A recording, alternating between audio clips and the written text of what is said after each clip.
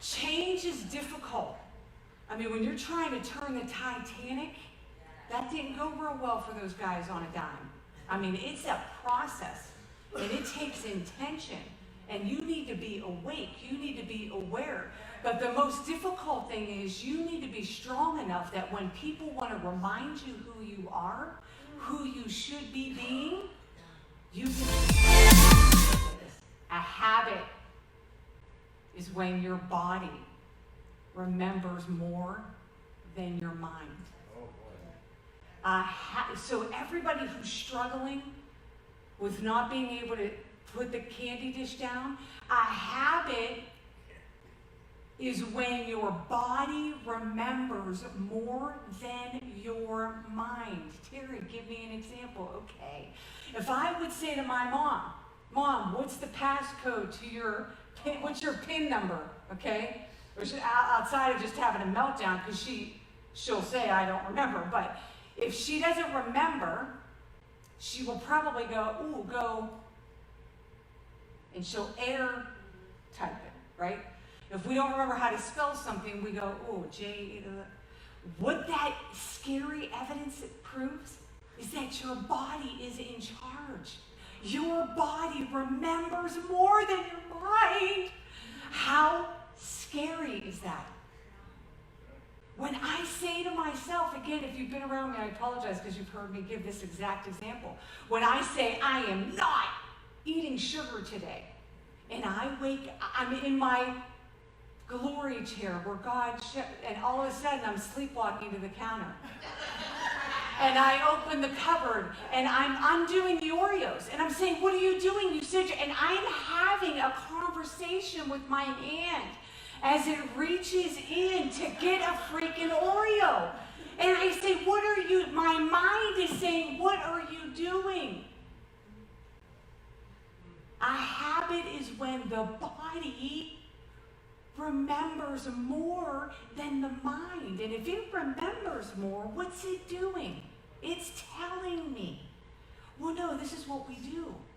When you start to have devotions with the Lord and you feel inadequate and you feel like you really are never going to get this and you're never going to change and God doesn't speak to you like he does Joy or your dad or somebody else, in order to make that go bye-bye, you get up and we go eat an Oreo. So you can tell me, this is me, my body talking to my brain. You can tell me all day long, you don't want to eat sugar, but this is what we do. There's a new sheriff in town. This is what we do. When your brain starts to release an emotion and memory of inadequacy, not being enough, there's something broken with you. This is what we go do to self-soothe. I'm going to go eat the Oreos. I'm going to binge watch Netflix. I'm going to make fun of my spouse.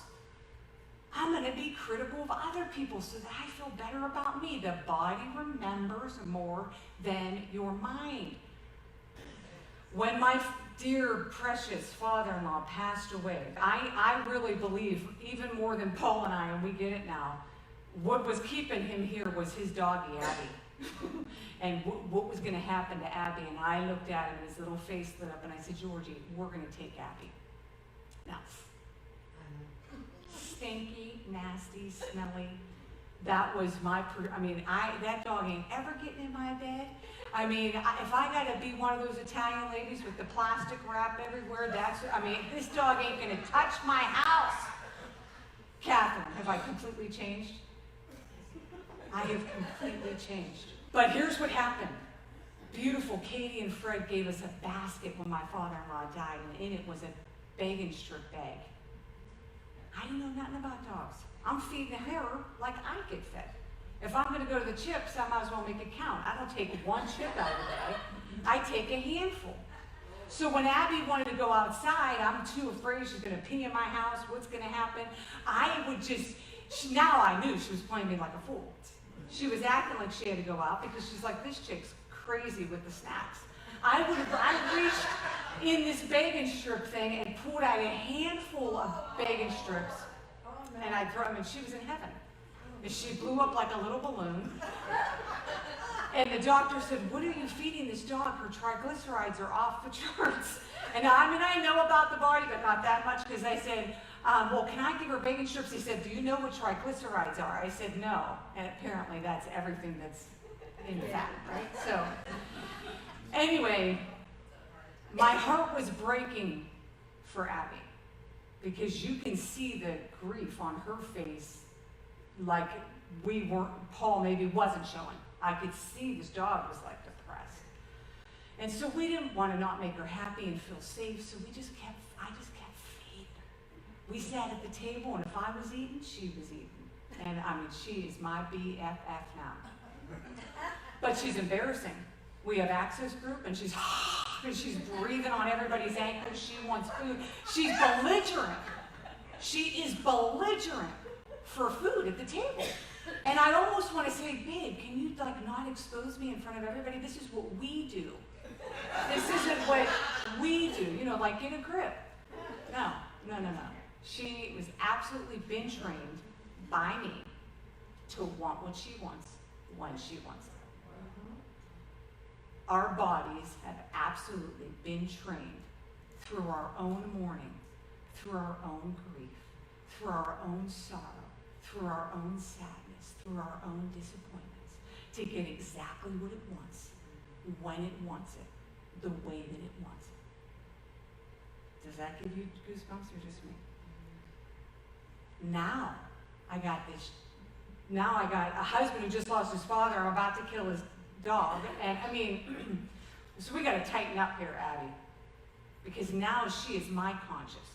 I'm in devotion, and she won't let me go. She is the flesh for me. And God has used this dog to bring more clarity to me, that she is my flesh, distracting me from what I truly want. And what I have to do to her now is stop it. Go lay down. Stop it. Go lay, until I say it loud enough that she comes to Paul. He's the comforter and I'm the feeder. That is what God has been speaking to me for about 9 months. Stop it, Teri. Stop it. You participated in this. And now it's very muddy. Who's telling the truth? My brain or my body? Because here's how our body is always going to remind us of who we want to be. So when we're trying to break being what we're known for, okay? I'm also known as somebody who's very humorous about not wanting to exercise and wanting to eat. But that's the first thing that God told me to stop doing. Stop doing that. Stop identifying yourself as somebody who's failing. That was the first stop it. You have programmed your body to believe you don't want this when you really do want to be healthy. Stop it. 2 Corinthians 10:5. We demolish arguments and every pretension that sets itself up against the knowledge of God. We've demolished to some degree some of the arguments that are some of the issue. This is my interpretation of the scripture. That's the first part. We do need inner healing. We do need to identify.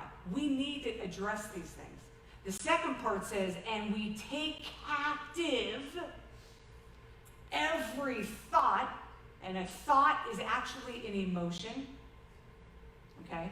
So we take captive every emotion to make it obedient to Christ. We use the word captive, and I think we think that just means kinda, let's just stop it. Have you ever seen the movie Taken?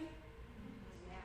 When those chicks are being captive, and the one girl's watching through the window to the other of her friend being taken, was she just okay, let me grab my purse? That chick is kicking glass. She's breaking stuff off the walls. When the warning here is, you're going to have to take every emotion captive. You're going to have to be like Liam Neeson, who's going to say to that emotion, good luck. Good luck. This takes some work. This takes some work. There ain't no way. Let me help you with something. There ain't no way you're sitting here and your body's not in charge of something and you're clueless about it. There ain't no way that your body's not leading you to the cupboard for Oreos or whatever your scenario is, and you're sleepwalking through the whole thing.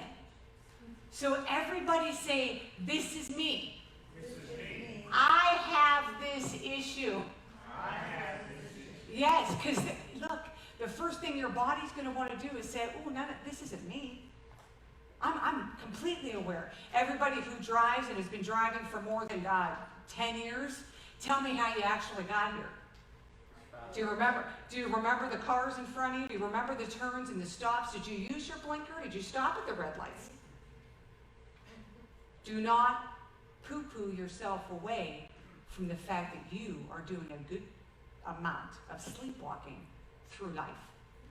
And it's time to wake up. Today is the day that you're either going to continue the destruction, continue the pattern, or choose to break it. This healthy is a reminder that God doesn't speak the way that we do. He doesn't see things the way that we see them. So when he sees the word healthy, and we may say, I just want to be a healthy person, you may instantly associate that to a bikini in summertime. I mean, you may associate that with riding vigorously on a treadmill. God has a different viewpoint. So here's what we're going to do. We're just going to have some fun. Look, my passion is about the body. My passion is that if it's true in the spiritual, it's true in the natural. Am I saying that every body ailment issue that you have right now is a direct result of some great sin? No. But maybe it is. I'm just saying, maybe it is. So, again, we have to know where we're limiting God and what is all happening there. So, H, for me, is happy. Happy. So, happy means to find pleasure, contentment, joy, delight. To be helpful is to be happy. Are you happy or are you harping? Harping is to be disparaging, offensive, and to dwell on stuff persistently. And I would venture to say what Webster left out of there was the past. To dwell on the past persistently. Are you happy, or are you harping? Here's a little body clue. Do you have hip issues? Lower back issues? Do you have feet issues?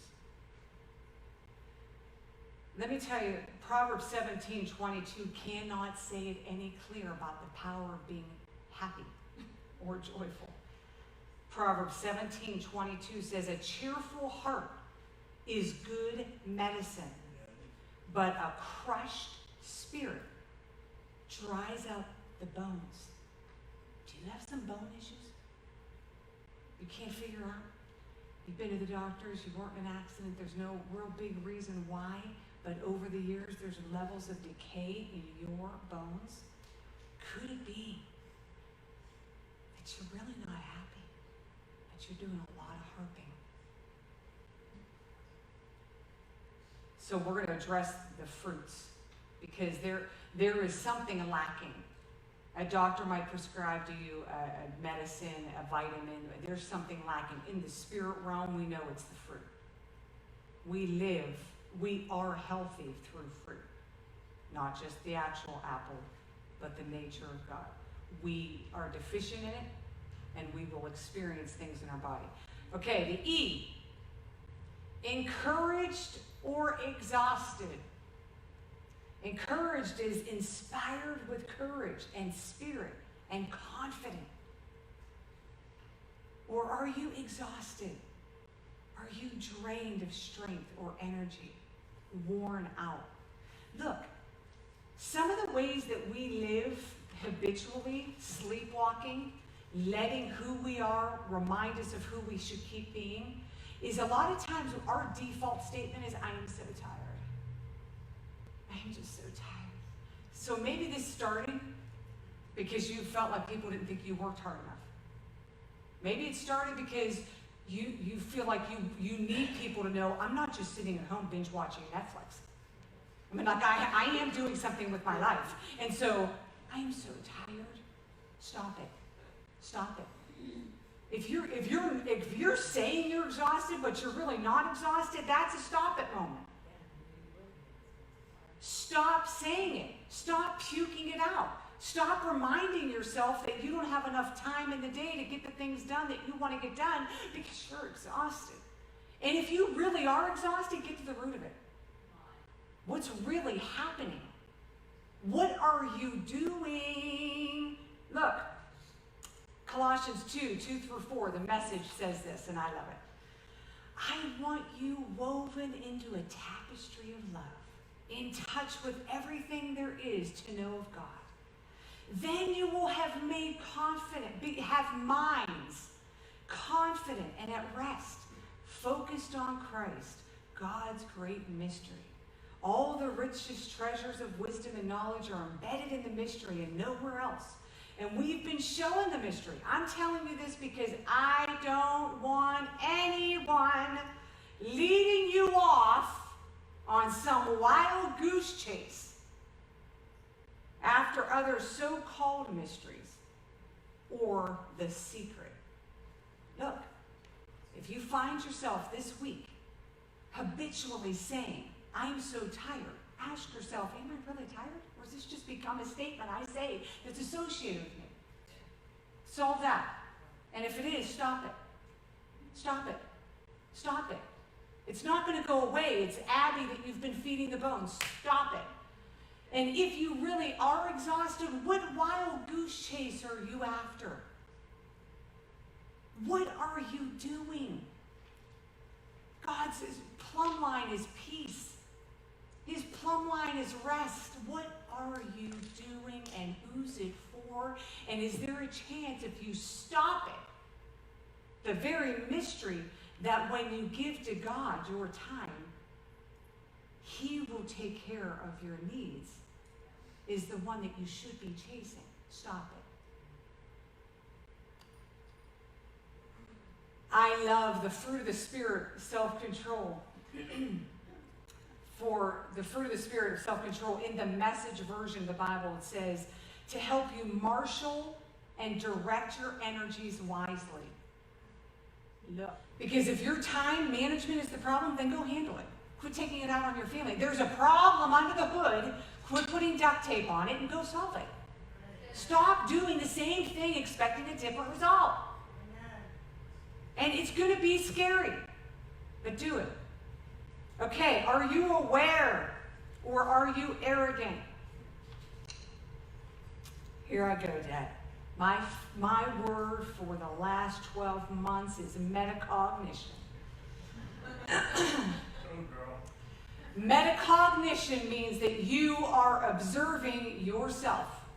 Metacognition means you literally have an out-of-body experience. I had no idea what was happening to me. But back in the fall, I would tell Paul, I know you might not think like I'm having any time with the Lord, but something really weird's happening. I keep seeing myself at the kitchen counter, and I'm jealous or envious. I don't know what's happening, but I'm watching me be me. It's like It's a Wonderful Life, when the guy takes the tour back to see himself in his life. That's what metacognition is. Wake up. When you're sleepwalking through life and you don't even know what you did that day, you're in a coma. You need to wake up. Are you awake or are you arrogant? Awake, aware, is conscious, cognizant. Arrogant is overbearingly assuming and proud. Are you sitting here right now saying, none of this applies to me? I know exactly what I'm doing every day. I know exactly what I want to be doing. You're arrogant. You are arrogant. Because we just said it a couple weeks ago. How come you're the last person to know your breath stinks? How do you walk into three people and get close to them and them all go, good Lord, But your mouth, that is right here. You don't know your breath stinks. Let me tell you right now, you don't know. You got stuff you're in agreement with that you need to let go of. But it makes you feel warm and fuzzy, because let me tell you what happens to the body. When you're feeding it these emotions, it's you.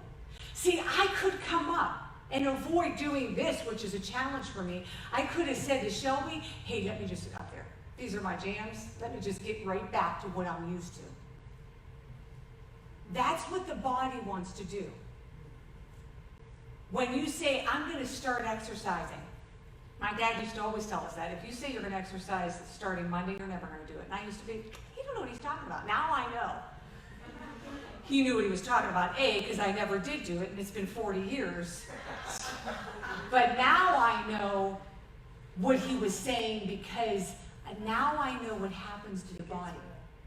When I say, I'm going to start exercising, a chemical of hope is released in my body. And then right after comes the fear of failure and the, oh my gosh, I can't do this, because I'm the person who just about never doing it. And I go through this cycle, and then all of a sudden I just take myself off the pressure. And I say, on Monday. And as soon as the words on Monday come out of my mouth, this warm, fuzzy feeling comes over me. Like I just took a hit of something or a swig of something.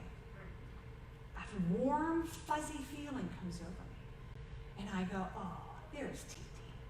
We don't exercise. We don't do that. We don't sweat and get all trying to be something we ain't. This is who we are. And my body remembers more than my brain. And it instantly activates who I have been. Which is why I can't stop being who I am. Do you get that? So if there's something in your life, when you say, none of this applies to me, this broad's nuts, and a warm, fuzzy feeling comes over you, let me be very honest with you, I'm not that nuts. If you say to yourself today, husband, you say, I'm going to love my wife. I'm going to pray for my kids before we tuck in. I'm going to do all the things Paul has always challenged us to do. I'm going to do it today. And then nighttime rolls around and you think, they really don't want me to, and they won't miss it. And this warm feeling comes over. And you say, this must be right. Because this feels like home. This feels cozy. It's jacked up. Wake up. It's jacked up. You are literally in some kind of sci-fi freak show, and your body is telling you exactly what to do and when, and you can't stop it. And if you're a control freak, I think the only reason I've been reading this stuff and trying to get better is because I'm just enough controlling that that's taking me off. That my body is telling me what to do. Ain't nobody telling me what to do? Okay. Stop being arrogant. Stop it. Stop it. All right, on your paper, I made a typo, but I'm going to go with God. Because what I've been praying for a year is learning. Are you learning? Or are you limited? But on your paper, I left the R out, and I think it's just as much of an interesting word. Are you leaning? Are you leaning in? Either one of them, either leaning or learning. It depends on how you look at it. Are you learning new information? Are you willing to, or does something come over you? Look at me, everybody's eyeballs. Do you go, this ain't for me? That's what Teri does. She talks about the body. I don't learn this. Stop it. That's the drug of warm and cozy dripping from your brain, keeping you addicted to your past. When we're addicted, we think it's just a heroin addict who has a battle they can't beat. We are in the same battle for our life. You are addicted to that emotion that reminds you who you were, who you are being. Stop it. Stop it. So when it comes over you, all the old familiar, I can't ask people for help. I just do it all myself. Stop it. You got an emotional drip of pity party or crybaby, whatever you want to call it. Stop it. Stop it.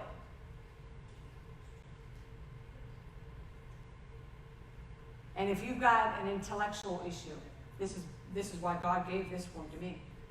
I have thought for years that was all I should be, and I wasn't even that great at that as far as technology goes. You know what I mean? The technical part of music theory. I did exactly what I needed just to get by. I just do exactly what I need just to get by. Because teachers told me I couldn't learn good. And I believed that my whole life. So the fact that that addiction to that emotion that makes me feel like Teri has kept me crippled from ever embracing being able to learn. I call my dad now more with excitement that the daughter he used to have to come home and beat because I got 3 F's on 1 report card is learning. I'm not stupid.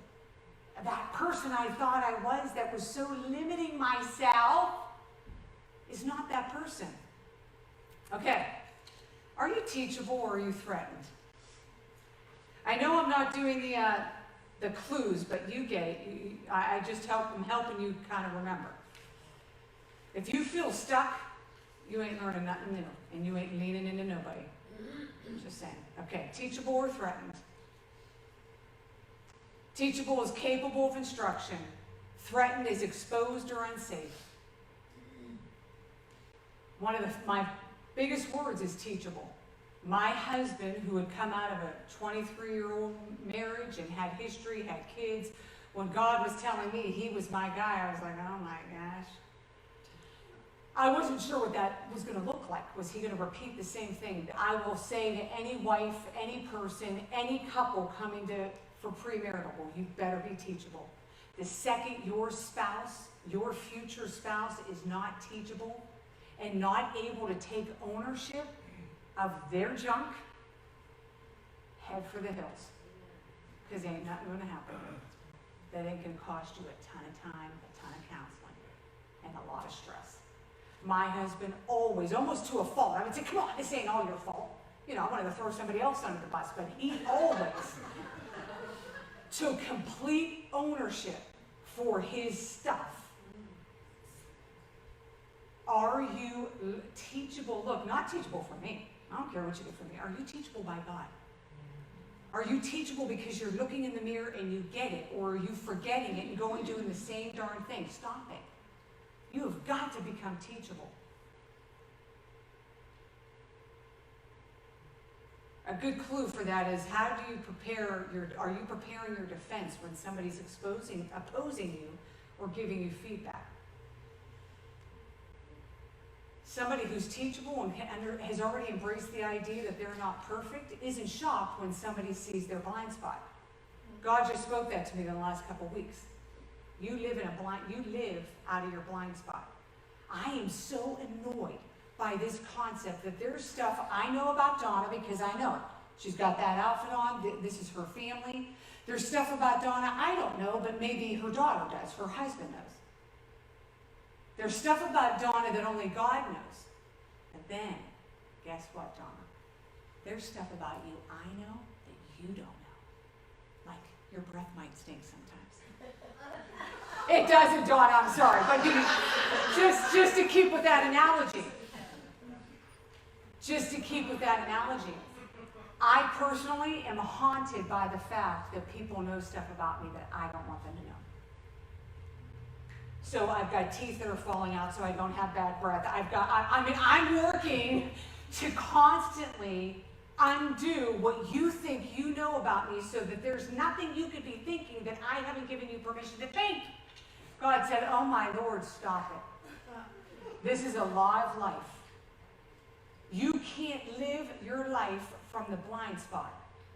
You have to embrace the fact that you are not perfect. You make issues. There's stuff wrong with you. You don't do it all right all the time. And so when somebody comes at me now, I'm not preparing my defense. I'm not saying, whoa, how'd that slip by me? Because I'm perfect. Stop it. I'm saying stop it too because this is me every morning. I mean, he probably thinks I don't know what's happening to me, but I'm stop it. Stop it. Okay, are you honest or hateful? Hateful is a harsh word, but let's be honest. Hate is directly connected to emotion. So even a different way to say that would be, are you being driven by your emotions? Are you completely driven by your emotions? A body clue is hips, joint, right side pain, all of it. But another big one is, this is associated with jealousy and envy. And I know this very well because this has been the path that God's has had me on. If you struggle with jealousy and envy, look, you're automatically, that's a terrible word. Everybody's going, oh, that's not me. That's not me. So look, you're automatically shutting down and discrediting what the scope God wants to give you about yourself. Let me explain this to you. Jealousy is that Barb has a car that I want. Why does she get to have it and I can't have it?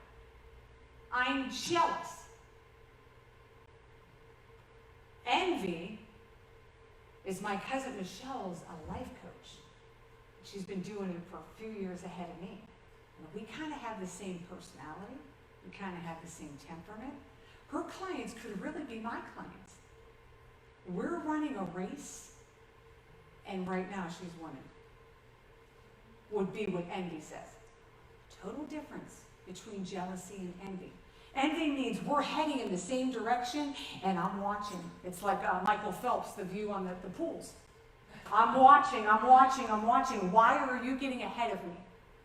How is it that you're getting ahead of me? This is a race.